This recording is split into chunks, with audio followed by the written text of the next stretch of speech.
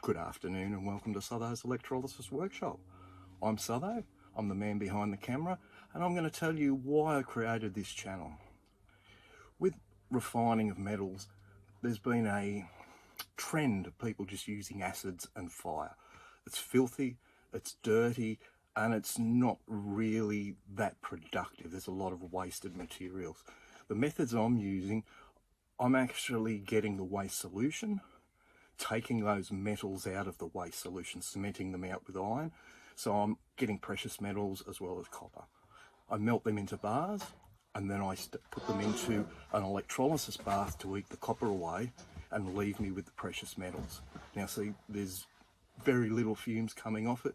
I'm using an electrolyte fluid. I'm not using, 50% nitric acid, sulfuric acids and the like. It's dirty to me. So I'm working from the back end up to the gold and platinums. So I start with copper, I plate the copper out.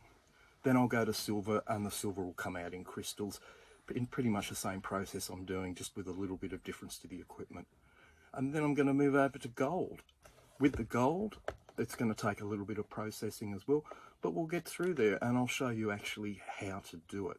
So my whole theory is to get rid of the acids, to get rid of the fire, and use as little of those nitric acids and sulfuric acids as possible, only if I'm working with aqua regia. So that's the reason behind the channel.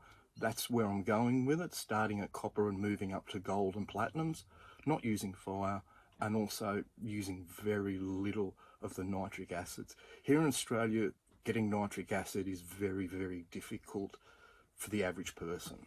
So I'd rather work with ammonium persulfate. I can get that down at the local J-Car store, little tubs of it, and it lasts me so long. Why would I be spending hundreds of dollars on acids when I can spend $30, $40 on ammonium persulfate and get the same result with the copper?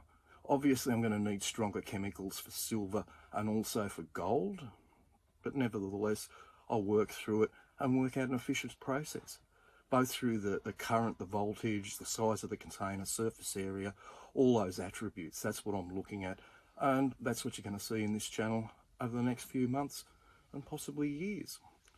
Thanks for joining me. I'm Sutho. Have a great day.